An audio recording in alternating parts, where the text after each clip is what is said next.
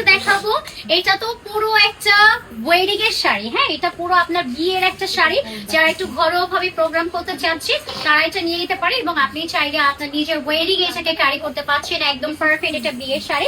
এছাড়াও হয় না যে আমার একটু মুড ভালো করার জন্য আমরা একটা শাড়ি নিই, সো দ্যাট এইটা আমরা নিয়ে নিতে পারছি। এটার কালার যেমন সুন্দর, একদম একটা হট ম্যাজেন্ডার colour. This one really bold একটা কালার থাকছে। আর এইটা যাচ্ছে আমাদের বিউটিফুল আঁচল পাট। আপু লুক এট দ্য ডিটেল। এটা ডিটেলিংটা তো নিখুঁত ভাবে করা হয়েছে।